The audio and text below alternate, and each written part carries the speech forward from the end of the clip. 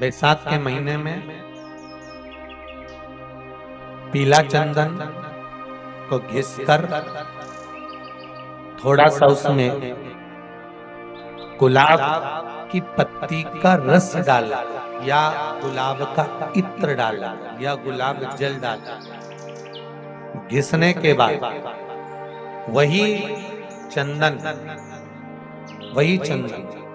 बेलपत्री के वृक्ष के नीचे त्रिपुंड लगाने पर, उसी त्रिपुंड की उंगलियां शंकर भगवान की शिवलिंग पर लगाने, उसी उंगलियों को लाकर जो दमे का मरीज होता है, जिसको थोड़ा चलने पर सांस फूल जाती हो, दम भर जाता हो, सांस बहुत ऊंची नीची होती हो, दम भरा दम पर नीचे हो रहा हूं, तो उसके हृदय पक्ष स्थल पर लगा देने पर और एक कंठ के भाग में लगा देने पर, महाराज यही बैसाख के महीने में कर देने पर उसको फिर धीरे धीरे दम भरना बंद हो जाती है, श्वास का मरीज धीरे धीरे ठीक होने लगता है। ये दम को खींच के लिए बैसाख के महीने में पीपल के वृक्ष के नीचे, बेलपत्री के वृक्ष के नीचे, तुलसी के पौधे के नीचे, आंवले के नीचे, बट वृक्ष के नीचे, शमी वृक्ष के नीचे जल चढ़ाने का महत्व हमारे यहाँ बैसाख शिवरात्रि शिव महापुराण में मिलता है। क्यों महत्व है बैसाख में? स्कंद पुराण में बैसाख महत्तम कहा गया।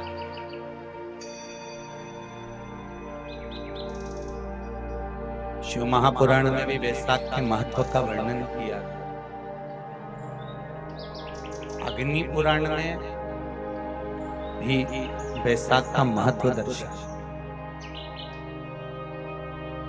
इतना क्यों इतना महत्व? जिसको माधव मास भी कहते हैं, बैसाख को केवल बैसाख मास में माधव मास भी कहा जाता है। कितना महत्व उसका, कितना।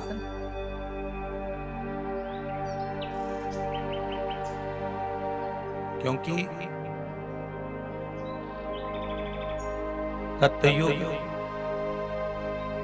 त्रेता, द्वापर और कलियुग, ये चार युग जो है, इसमें सतयुग,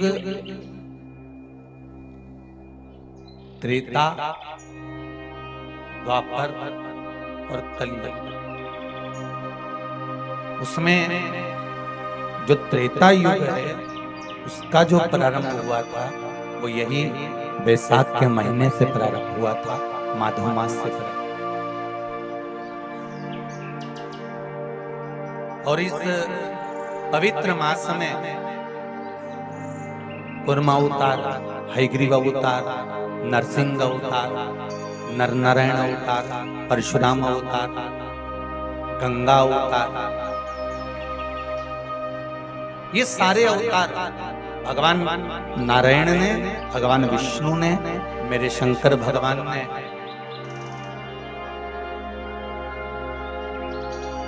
सरंभेश्वर अवतार, ओमकार अवतार, मल्लिकार्जुन अवतार, भीमाशंकर अवतार मेरे शिव ने इसी बैसाख के महीने में प्राप्त किया।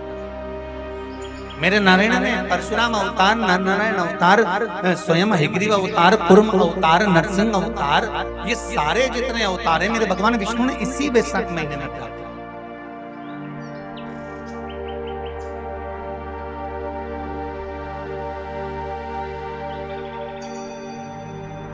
ऐसे कई अवतारों का दर्शन हमारे को बैसाख महीने में हो जाता है। और उसी बैसाख महीने की मात्र एक शिवरात्रि का स्मरण कर लेना, मात्र एक शिवरात्रि के दिन भगवान शंकर पर एक लोटा जल समर्पित कर देना, मात्र शिवरात्रि के दिन भगवान शिव की आराधना कर लेना या शंकर का भजन कर लेना, स्मरण कर लेना, शंकर को बेलपत्री का प्राप्त किया गया जल प्रदान कर देना, उसकी क्या महत्ता हो।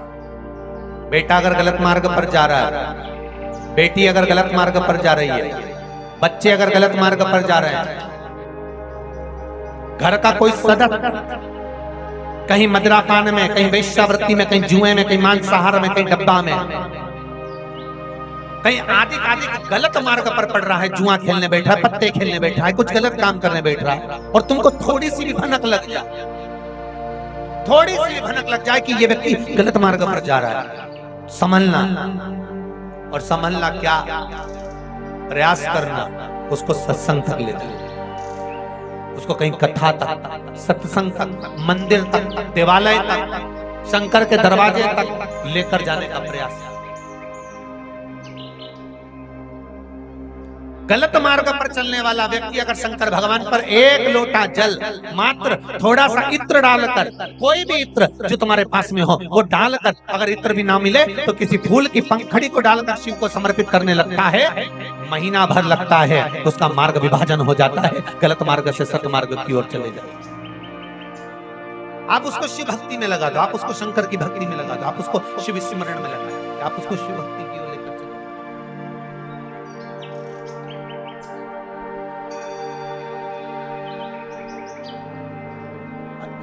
जितने प्रयोग बताए जाते हैं, जितने यहाँ से उपाय बताए जाते हैं, ये उपाय, ये प्रयोग, ये सारे जो प्रयोग हैं, उपाय हैं, ये ध्यान देना, ये दूसरों से कराने के नहीं, अपन को खुद को करना पड़ते हैं। जो गलत मार्ग पर चल रहा है तो वो खुद करे। कई कई माताएं पूछती है, गुरुजी महाराज छोरा तो कहीं नहीं करेगा, तो मैं कर लूं कहीं? ऐसी ऐसी बात लेके आते हो तो थोड़ा मन में आए कि अब छोरा तो शादी भी नहीं करेगा, मैं कर लूं कहीं? ऐसी बात करो तो सोचना पड़ेगा। तुम खाओगे तुम्हारा पेट भराएगा, वो खाएगा, अरे बोलो तो, उसका पेट भराएगा। पेट जिसका दुख है, गोली भी उसी को खाना। कष्ट जिसको हो, केवल आप बता दो कि ये गलत है, ये सही है, ये ऐसा है, वैसा है, फिर आगे उसको नहीं। और बहुत ध्यान से सुनना जीजी, बेटा बेटी जब तक कुंवारी है, माँ और बाप जो करते हैं बच्चों के लिए वो उसको मिलता है। बहुत ध्यान देना। बेटा और बेटी का जब विवाह हो जाता है, दूसरे गोत्र की लड़की जब तुम्हारे गोत्र में आ जाती है, तुम्हारे बेटे से संबंध हो जाता है, या तुम्हारी बेटी दूसरे गोत्र में चली जाती है, तब माता पिता अपने बेटों के लिए, अपनी बहू के लिए, या अपनी बेटी के लिए, अपने दामाद के लिए कुछ करते हैं, वो श्रेष्ठता नहीं बनती। हाँ, हाथ लगवाकर, जैसे आप जल चढ़ाने जा रहे हो और बहू के लिए चढ़ा रहे हो, या पति के लिए या बेटे के लिए चढ़ा रहे हो, पति के लिए तो चल जाएगा, पर बेटे के लिए चढ़ा तो बेटे का हाथ का स्पर्श होना चाहिए।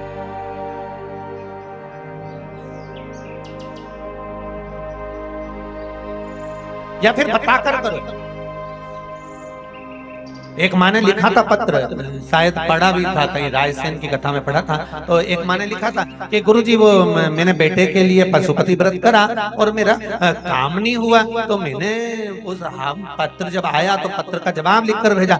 आपने बेटे को बताया कि मैं तेरे इस काम के लिए पशुपति व्रत कर रही हूँ? पहले बेटे को बता कि मैं तेरे इस काम के लिए पशुपति व्रत कर रही हूँ, तो पहला सोमवार है, तू भले व्रत मत कर, पर मेरे साथ थाली पकड़कर शंकर के मंदिर चल। अगर शंकर के मंदिर थाली पकड़कर भी नहीं चढ़े तो मंदिर के दरवाजे तो चल, एक बार उसके सामने तेरा मुंडा तो दिखा दे, क्योंकि इंटरव्यू देने जाए, एग्जाम तुम्हारा और दूसरे को बिठा दो, देंगे नहीं ना?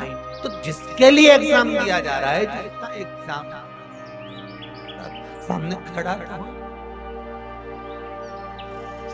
तू चल, मेरे चलकर मैं भगवान की पूजन करूंगी और तुम वहां खड़े रहे। शिव महापुराण की कथा कहती है, बहुत सावधानी से सुनना। बेटी के घर में, बहन के घर में जाओ तो ये आशा लेकर मत जाना कि तुम्हारा बहुत आदर हो। गुरु के दरवाजे पर जब जाओ तो ये आशा लेकर मत जाना कि तुम्हारा बहुत आदर हो। मंदिर में जब जाओ तो ये आशा लेकर मत जाना कि तुम्हारा बहुत आदर हो। और भगवान की कथा में जब जाओ तो ये लेकर मत जाना कि तुम्हारा बहुत आदर हो। ये कुछ स्थान बताए हैं कि जहां हमें आदर की जरूरत नहीं होती। बहन बेटी के घर में, अपनी बेटी जिस घर में भी आए हो, जिस घर में अपनी बहन को भी आए हो, उस घर में तुम बहुत अकड़ कर, अहंकार रखकर, अभिमतता रखकर नहीं जाना है। आप हो, हम हो, दुनिया में रहने वाला मनुष्य अगर कोई बेकार काम करने जाता है, कोई गलत काम करने जाता है, तो भगवान कुछ गलत होने वाला होता है, भगवान थोड़ा ना थोड़ा लाइट जला ही देता है। कई बार घर के लोग कह देते हैं मेरी आंख फड़क रही है, देखो जी मेरा मन नहीं कर रहा। देखो जी, मंदोदरी तक ने रावण से कहा था, आरती करते समय मंदोदरी जब आरती उतार रही थी, लंकाधिपति को तिलक कर रही थी, विजय तिलक, तब आरती का दीप जब बुझ गया था तो मंदोदरी ने कह दिया था आज आप युद्ध के मैदान में मत जाओ, मेरा मन कह रहा है। लंकाधिपति रावण जो स्वयं को भगवान मानता था, वो लंकाधिपति रावण कहता है मंदोदरी मैं लंकेश हूँ, सारे ग्रह मेरे अनुकूल रहते हैं, मेरे पांव के नीचे मैंने सब कुछ दबा कर रखा, सारे ग्रह मेरे अनुकूल हैं, सब मेरे अनुसार चलते हैं, और तू घबरा।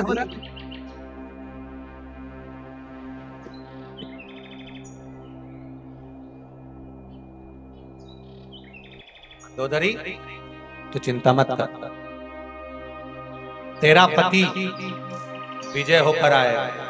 मंदोदरी कहती आज मेरा मन ठीक नहीं लगा, आज मेरा चित्त ठीक नहीं लग रहा, आज मुझे श्रेष्ठता नहीं लग रही, आज मुझे श्रेष्ठता नहीं लग रही,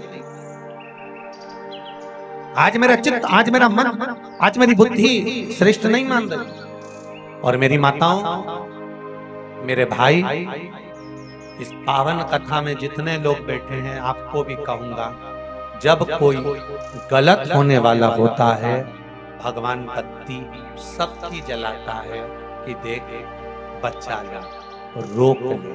उसके बाद भी हम सोचते हैं कुछ नहीं होगा, चल। महाराज जैसे देवराज ने भगवान शंकर के मंदिर में पहुंचकर मात्र कुछ देर की शिव महापुराण की कथा सुनकर बेलपत्री के वृक्ष के नीचे अपने प्राणों को त्यागा, तो शिव के ही धाम पर चला गया शंकर के। उसी तरह एक बड़ी सुंदर कथा था। कुशकेतु नामक एक राजा हुए, जिनके घर में एक पुत्र हुआ जिसका नाम था हेमकांत। क्या नाम था? जम के बोलो जरा, हेमकांत। एक पुत्र हुआ जिसका नाम हेमकांत।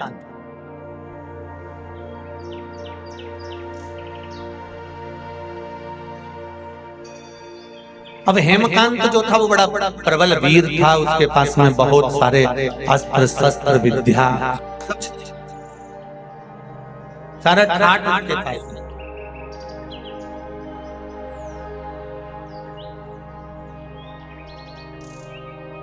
बैसाखी शिवरात्रि शिव महापुराण की कथा कर रही है।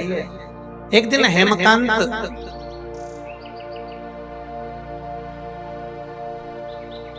एक हिरण को मारते समय, मृगा करते समय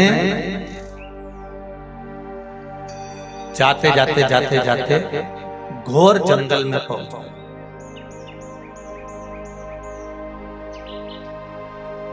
अब इतने भयंकर जंगल में वो पहुंचा, इतने भयंकर जंगल में पहुंचा कि वहां पर पहुंचने के बाद में उसने अपने दूतों से कहा कि मुझे प्यास लगी है, पानी पीना है और कुछ थोड़ी बहुत भोजन प्रसादी मिल जाए तो इससे बढ़कर और क्या।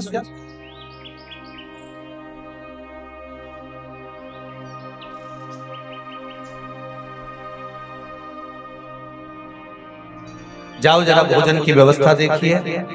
पानी की व्यवस्था देखिए,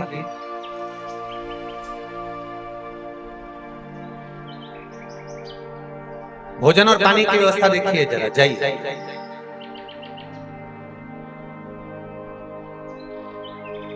बैसाख का महीना अगर किसी को एक गिलास पानी भी पिलाने का मौका मिल जाए ना, तो समझ लेना कि तुमने गंगा जी की 100 डुबकी लगाई।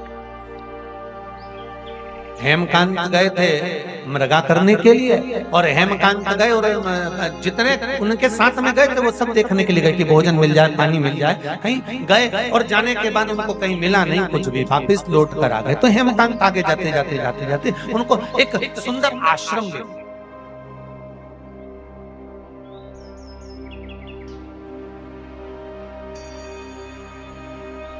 जिसमें एक सुंदर ऋषिवर बैठे हुए थे जिनका नाम था सतेज।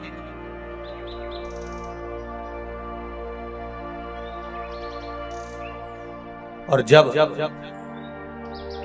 वहां जाकर उन्होंने देखा कि मैं आया और मेरा कोई आदर नहीं, जैसे श्रीमद् भागवत कथा में आता है कि राजा परीक्षित जब गए और शमीक बाबा के आश्रम पर पहुंचकर जल की याचना करी और जल नहीं मिला। इन्होंने तो याचना भी नहीं करी कि मुझे जल चाहिए, इन्होंने तो जाते से बस वहां पहुंचने के बाद इनके मन में आ गया कि मैं यहाँ पर आया हूँ और मेरा आदर होना चाहिए। शिव भक्ति। और हेमकांत जी पहुंच गए शर्त जी के यहाँ। शर्त जी ऋषि तप में लीन थे, ध्यान नहीं, इन्हें याचना नहीं। राजा परीक्षित ने तो याचना करी थी कि मुझको जल पिला दीजिए, मुझे को प्यास लगी है, पानी लाओ। शमीक ऋषि के आगे कर,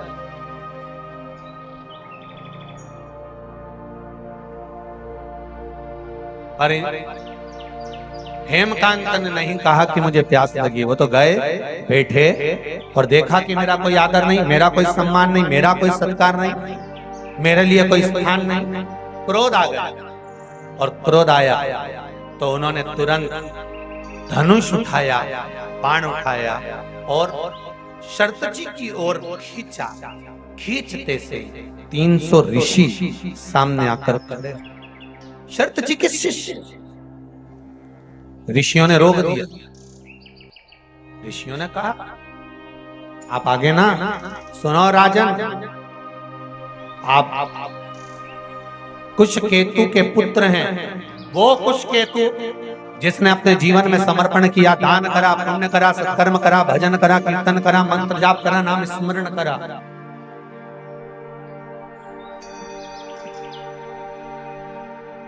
आप कुशकेतु के पुत्र हैं। राजा, यदि आप ये गलत करेंगे तो इसमें श्रेष्ठता नहीं है।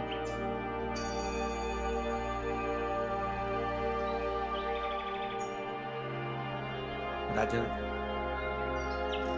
मैं तो केवल आपसे इतना कह सकता हूं कि ये जो धनुष पर आपने बाण चढ़ाया है,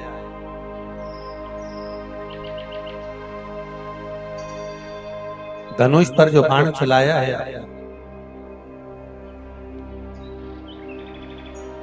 ये धनुष का चढ़ाया हुआ बाण आप उतार लीजिए नीचे। ये ठीक नहीं है, ये श्रेष्ठ नहीं है। सामने जो तप करने बैठे हैं ये जानते नहीं आपको कि आप आए हो।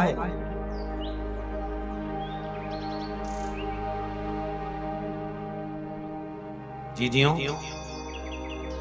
आप लोग इधर मुंह कर कर बैठे हो कथा सुन, पीछे क्या हो रहा है आपको मालूम है क्या? कुछ, क्योंकि आपका ध्यान कथा में।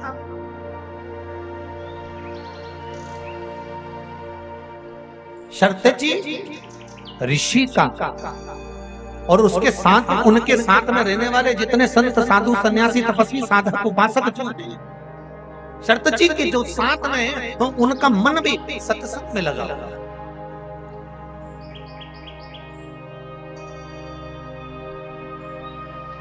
उनका मन कहीं दूसरी जगह नहीं लगा है, सत्संग में लगा।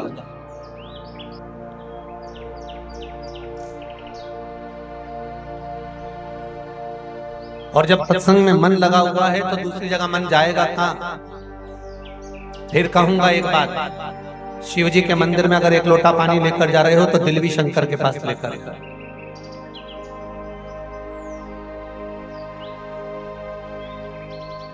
शिव जी के पास अगर एक लोटा जल लेकर जा रहे हो तो दिल की बात भी शंकर तक लेकर जाओ।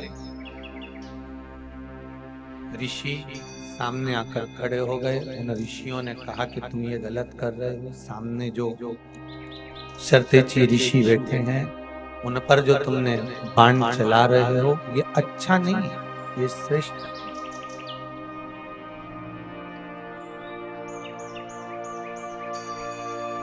समझाया, नहीं माने, तब क्रोध आया, गुस्सा आया। और गुस्सा और क्रोध जब आया तो फिर शरतेची पर तो बाण बाद में चलाया। पहले जो 300 ऋषि रोकने आए थे ना, उन पर बाण साधा।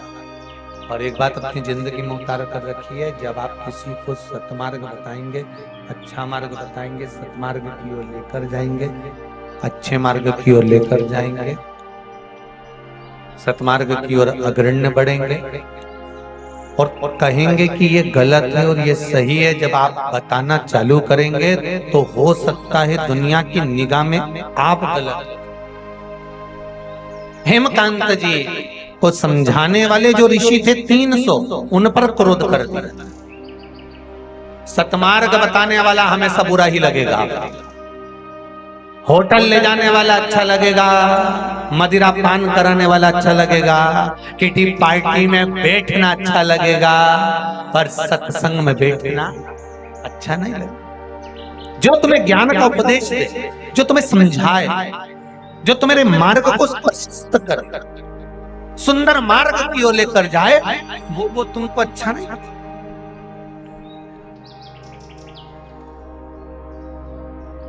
तुम्हें तो जो मार्ग से टका रहा हो, अरे कहाँ कथा में पड़ा हुआ है, चल हमारे साथ चल, चल जरा अपन होके आते हैं। कहाँ चक्कर में पड़ा हुआ है, चल होकर आते हैं, चल जरा, चल चल जरा।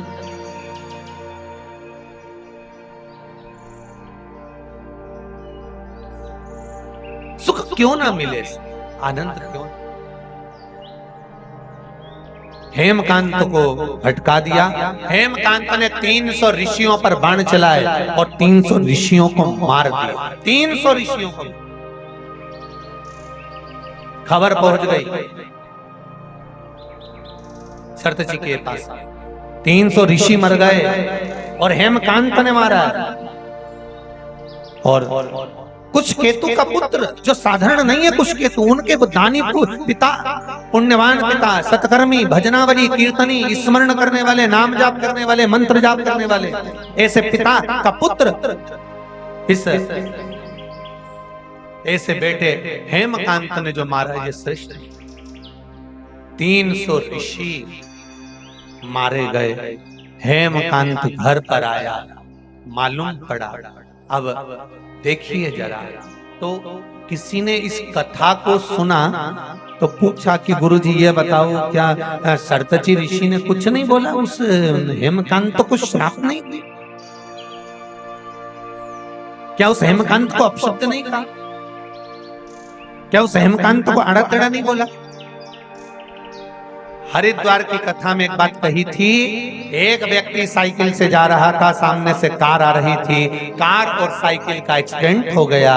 एक्सीडेंट हुआ तो कार वाला व्यक्ति नीचे उतरा, साइकिल वाले से अपशब्द कहने लगा, तू देख कर नहीं चल सकता, तुझे दिखता नहीं है, तू अंधा हो गया है, तेरी आंखें नहीं है क्या? और वो साइकिल वाले पर चिल्लाया। साइकिल वाला एक साइड हो गया। उस साइकिल पर उसकी पत्नी भी बैठी हुई थी। पत्नी ने कहा, तुम चुप रहते, ये अच्छी बात नहीं है, तुम्हें कुछ जवाब तो देना था, तुम्हें कुछ कहना तो था, तुम्हें आड़ा टेढ़ा तो बोलना था। वो इतनी बड़ी बड़ी बात कर रहा था, तुमको आप शब्द कर रहा था, गलती उसकी थी, सब कुछ गलती उसकी थी, और तुम साइकिल पर अपन दोनों जा रहे, कम से कम कुछ बोलना तो था। इतने में पति बोला, तो चुप रहे, बोलकर क्या करना, क्या करना बोलकर?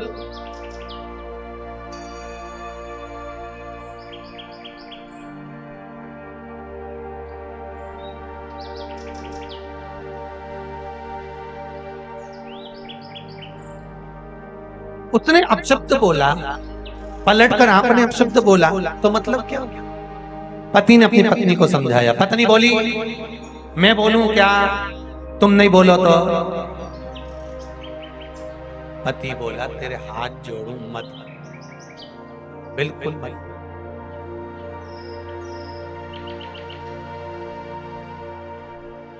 जब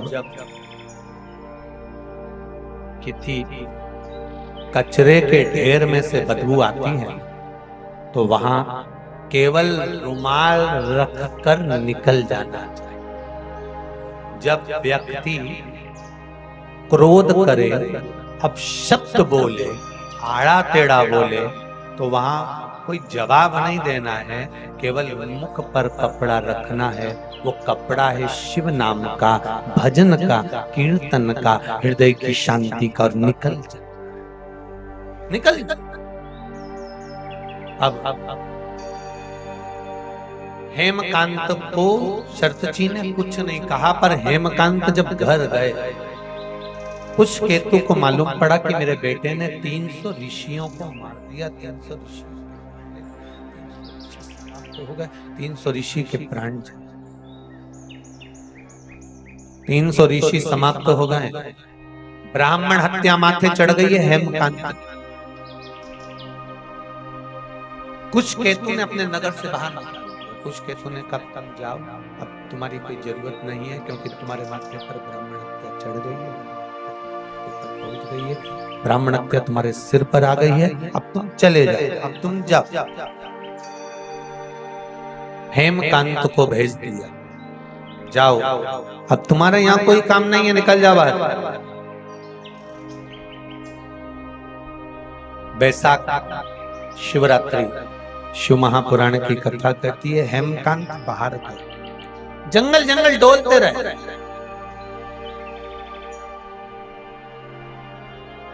शिवरात्रि के दिन, बैसाख महीने की शिवरात्रि पर 1 लोटा जल चढ़ाने का क्या महत्व है, ये हेमकांत की कथा कहती है।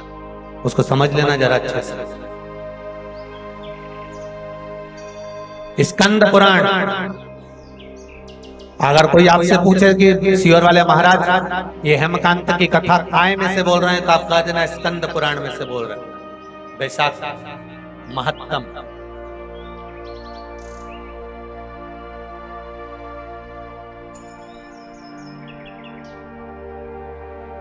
डोलते फिरते घूमते,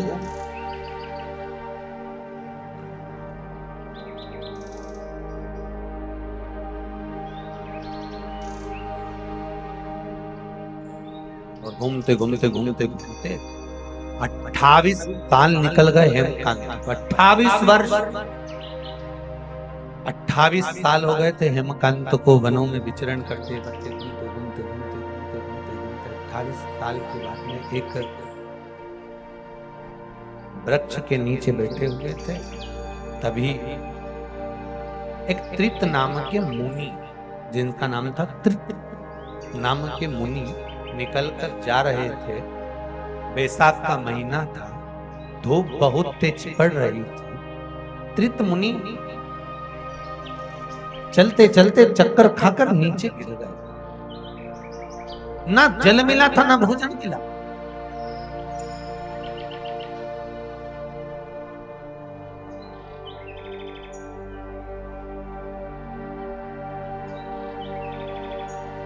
जब चक्कर खाकर नीचे गिर गए, देख रहा था हेमकांत, तोड़ा, उठाया। कभी सत्कर्म कुछ करा, पिता के कुछ पुण्य इसकी बुद्धि चित्त में आ गए। 28 साल के बाद हेमकांत के सामने ये त्रित मुनि गिरे, उठाया, वृक्ष की छांव में ले गए। थोड़ा सा तुम्बी में पानी रखा हुआ था, पिला दिया। पत्ते से थोड़ी सी, वृक्ष के पत्तों से हवा का, वृक्ष के पत्तों से थोड़ी सी हवा। मुनि का चेतना जागी, उठे,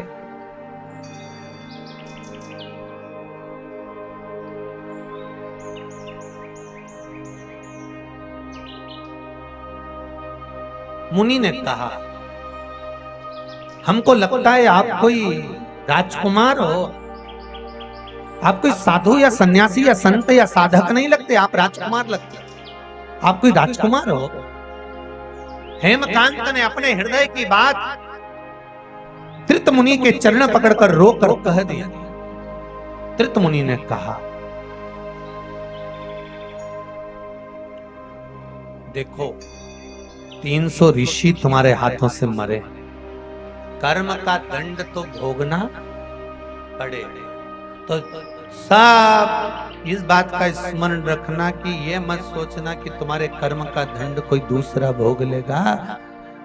तुम्हारी कमाई का हिस्सा तुम्हारी पत्नी भी भोग करेगी, तुम्हारी कमाई से तुम्हारे पुत्र भी भोग करेंगे, पर दुकान पर बैठकर या नौकरी में या सर्विस में या व्यापार में या व्यवसाय में या कहीं पर भी बैठकर तुमने जो झूठ बोलकर कमाया या छल कर कर कमाया या बेईमानी कर कर कमाया, तुम्हारे धन का भोग तो पूरा परिवार भोगेगा, पर जिस तरह से कमाया है उस कर्म का भोग परिवार नहीं भोगेगा, उसका भोग तुम्हें अकेले ही भोगना है, कोई दूसरा नहीं भोगने वाला, कोई दूसरा उसको भोगना नहीं, केवल आप। अरे हेमकांत, कर्म का भोग भोगना पड़ेगा। हेमकांत से कहकर मुनि गए। जाते से मुनि ने एक बात कह दिया, एक शब्द कहकर जा रहा हूं, हेमकांत बैसाख के महीने में शिवरात्रि पड़े, 1 लोटा जल तू लेकर जाना, शिव जी को समर्पित कर देना। सत्य कहता हूं 300 ऋषि के पाप भी माथे पर होगा, अंत समय में झेल। हेमकांत ने 1 लोटा जल लेकर पहुंचे और 1 लोटा जल हेमकांत शिवरात्रि पढ़ने पर मुनि के शब्द सुनकर, स्कंद पुराण कहती है जब शंकर भगवान के शिवलिंग पर समर्पित करा, करने के 3 दिन बाद हेमकांत के प्राण छूट रहे थे, यम के दूत बंदी बनाने आए थे। इतनी देर में भगवान शंकर के गण आ गए और उन्होंने कहा मारना नहीं है, इसको तो एक मौका और दे दो। और राजा कुशकेतु के पास सूचना गई और कुशकेतु ने जाकर उसी समय, उसी पल, उसी घड़ी, उसी क्षण अपने पुत्र को वापिस लाकर राज सिंहासन पर बिठा दिया। और हेमकांत ने पूरे नगर में सूचना कर दी कि बैसाख महीने में जो शिवरात्रि पड़े, मुझे जो फल मिला है कि 300 ऋषि मेरे हाथ से मारे गए थे, उसके बाद भी शंकर भगवान के गणों ने मेरी रक्षा कर ली यमदूतों से। आप सबको मौका मिला है, बैसाख महीने की शिवरात्रि के दिन ही ये शिव महापुराण कथा का विराम। हम भी सुबह के समय पर रतलाम नगर का जो भी शिव मंदिर होगा, जो भी एक शिव मंदिर होगा, उसमें हम भी सुबह के समय जाकर जल चढ़ाएंगे। आप भी चढ़ो, किसी भी एक शिव मंदिर में रतलाम के हम भी जावें और उस मंदिर में सुबह के समय जाकर जल चढ़ाएंगे। आप भी बना लो एक नियम कि बैसाख महीने की शिवरात्रि 29 तारीख दिन शुक्रवार को मुझे भी शंकर भगवान को अपने दिल की बात कहते हुए, अपने मन की बात कहते हुए, रोग मुक्ति के लिए, कार्य सिद्धि के लिए, धन वैभव संपदा के लिए, समृद्धि के लिए मुझे भी जल चढ़ा, मैं भी जल से